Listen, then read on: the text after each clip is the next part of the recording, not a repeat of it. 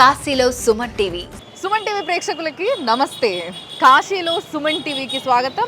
Sponsored by Varahi silks. పెళ్ళైనా పండగైనా వేడుక ఏదైనా పట్టుచీరల ప్రత్యేక వేదిక వారాహి సిల్క్స్. సాంప్రదాయానికి సౌందర్యానికి వారధి. నమో భవాయ నమో హరాయ ఓం నమః శివాయ నమః శివాయ నమః శివాయ ఓం నమః శివాయ నమో భవాయ నమో హరాయ ఓం నమః శివాయ. కాలభైరవ స్వామి దర్శనం తర్వాత ఇప్పుడు మనం ఇంకొక అత్యంత ఇంపార్టెంట్, చాలా చాలా ఇంపార్టెంట్, ప్రతి ఒక్కరూ తప్పకుండా దర్శించుకోవాల్సిన గుడికి వచ్చినాం అన్నమాట.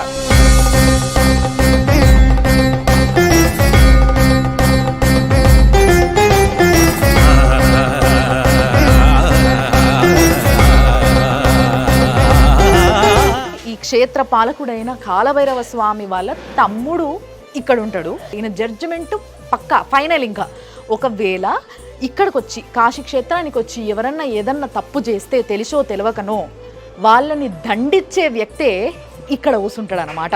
సో ఆయన్నే ఒకసారి ఇట్లా చూడండి, మీకు కూడా అర్థమైపోతుంది. శ్రీ దండపాణి భైరవ్ మందిర్. మీరు కాశీకి వచ్చినప్పుడు ఈయన దగ్గరికి రాకపోతే మీ కాశీ యాత్ర పూర్తి కానే కాదు ఎప్పటికీ కూడా. ఎందుకంటే మీరు కాశీలో తెలిసో తెలియక చేసిన తప్పులన్నిటినీ కూడా కొట్టేసేది ఈయననే. తెలుసు కదా మీకు.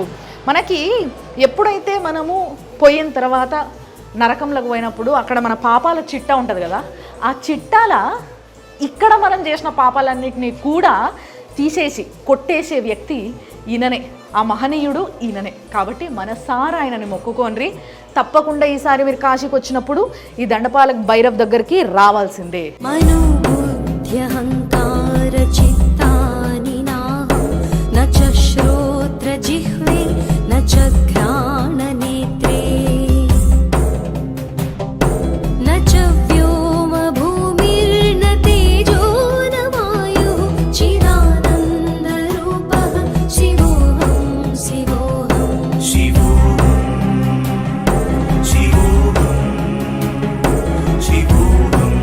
विशेश्वरं माधवं दुण्डिं दण्डपाणि च भैरवं वन्दे काशी वाम्य गंगा भवानी मणिकटिकां वाराणस्यां दण्डपाणि देवः संसार मोक्षदायकम् अनेक जन्म कृतं पापं दर्शनेन विनश्यति.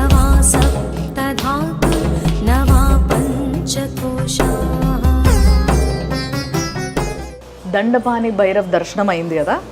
ఈ స్వామి దర్శనం కంపల్సరీ. ఇక్కడికి వచ్చినప్పుడు మనం ఇప్పుడు ఇందాక నేను మొక్కుకున్నప్పుడు చూసినరా, ఇట్లా ఆ దండనం అంటారు కదా, దండిచ్చేదని దండనం అంటారు కదా. సో దాంతో ఇట్లా ఈపులో కొడతారనమాట.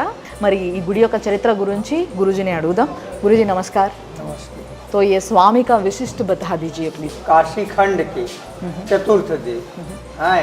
इनका काम है काशी में दंड देना और मुक्त करना. काल दंड, कर्म दंड, भोग दंड, राज दंड, यम दंड से मुक्त हेतु दंडपाणि का दर्शन करें. काशी फल, ये काशी का फल जब पाते हैं जब दंडपाणि का दर्शन प्राप्ति होता है, आपको काशी का फल प्राप्ति होता है. काशीवास के लिए, यहाँ पर रहने के लिए, काशीवास के लिए जब दंडपाणि और काल भैरव की इच्छा है तो काशीवास होगा, और नहीं तो फिर घर जाना है. ठीक है. हाँ. और ये प्राचीन युगों से जो है ముఖ్యంగా కాలభైరవ స్వామి ఇంకా ఈ స్వామి మనం చూస్తున్న ఈ దండపాన స్వామి, వీళ్ళిద్దరి యొక్క పర్మిషన్ ఉంటేనే మనం ఇక్కడ ఉండగలుగుతాం. లేదంటే సపోదాకి ఇంటికి పోవాల్సిందే. కాబట్టి ఫస్ట్ రాగానే వీళ్ళిద్దరు పర్మిషన్ తీసుకోవడం జరుగుతుంది అనమాట. ఇంకోటి ఏంటి అని అంటే ఎటువంటి ముక్తి కావాలన్నా ఆ ముక్తిని ప్రసాదించే స్వాములు వీళ్ళిద్దరే అనమాట. కాలభైరవ స్వామి వాళ్ళ అన్న అయినా ఇక్కడున్న ఈ స్వామి. సో ఆ ముక్తి కోసము ఏదైతే దండన ఇక్కడ మనం తీసుకుంటామో అక్కడ మన పాపాలన్నీ కడగడం జరుగుతుంది. కాబట్టి వీడికి చాలామంది వస్తారు. సో వీళ్ళ పర్మిషన్ కంపల్సరీ. అయితే ఇక్కడ ఇంకోటి ఏంటంటే ఈ స్వామికి రైట్ సైడ్లో కాలకూపు బావి అని చెప్పేసి ఒకటి రాసింది ఉంది. ఒక బావి ఉంది కిందికి, చాలా కిందికి ఉంది. మరి అదే ఎందుకు ఉంది అసలు అనేది అడుగుదాం. గురుజీ, ये जो कालकूप बावी है तो इसका क्या है चरित्र? क्या इसका चरित्र ये है कि इस जल से, इस जल को पीने से किसी भी व्यक्ति का अकाल मृत्यु नहीं होती है, ठीक है। और इसके जल से अगर कोई असाध्य बीमार पड़ा हुआ है, चल नहीं पाता, मतलब एकदम बिस्तर पर पड़ा है, तो इसका जल देंगे तो उसे मोक्ष की प्राप्ति हो सकती है। अच्छा, 100% या 99%। हाँ हाँ हाँ। और नहीं तो उसे लाभदायक हो सकता है, उसे लाभकारी करेगा जो। अच्छा, और ये बावी है, इसके बाजू वहाँ पे लिंग है पूरे। हाँ, ये पांचों पांडवों द्वारा महादेव को स्थापित किया गया है जो है। अच्छा। तो इसलिए इनका नाम पांचों పాండవ పడగవారు। అచ్చా, ఆ బావి ఏదైతుందో ఆ బావిలో ఉన్న నీళ్లు తాగడం వల్ల ఫస్ట్లీ ఎటువంటి వ్యాధులున్నా ఏదైనా కూడా, ఒకవేళ మరణ భయం ఉన్నా, లేకపోతే వాళ్ళకి అకాల మృత్యు అంటారు కదా, అంటే చిన్న ఏజ్లోనే జీవితం చూడకుండా చనిపోయే జాతకస్తులు ఎవరైనా ఉన్నా కూడా వాళ్ళు బతికిపోతారు అన్నట్టు. అట్లా అకాల మరణం అనేది జరగదు ఎవ్వరికి ఆ నీళ్లు తాగిన వాళ్ళకి. అంతేకాకుండా ఎవరికైనా ఏదైనా పెద్ద వ్యాధి, అసలు ఒక్కసారిగా మంచం మీద పడిపోయి ప్రాణము అటు పోకుండా ఉండి కొట్టుకునేటోళ్ళు ఉంటారు చూసిండ్రా. సో వాళ్ళ యొక్క ముక్తి కోసం ఈ నీళ్ళని, అంటే వాళ్ళకి మోక్షాన్ని ప్రసాదించే జలం అనమాట అందులో ఉన్న నీళ్ళు.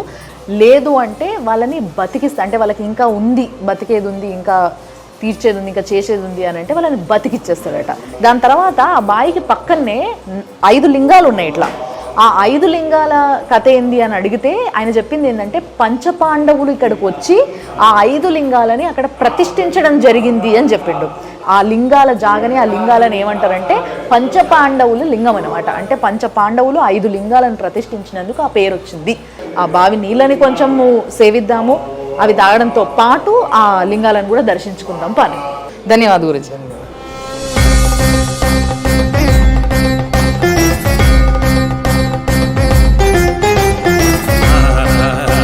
కాలకూపం నుయ్యి అని చెప్పేసి రాసింది కూడా ఇక్కడ.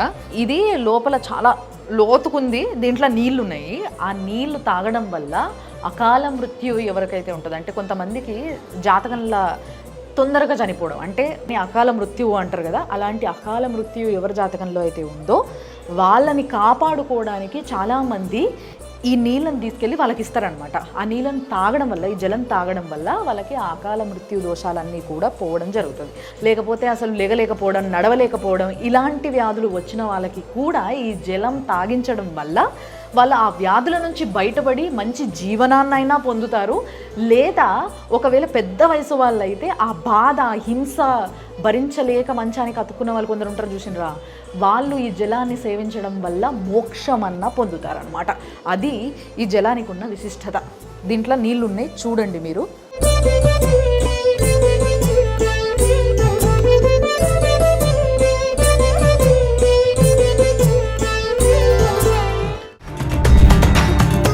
కాశీలో Suman TV sponsored by Varahi silks.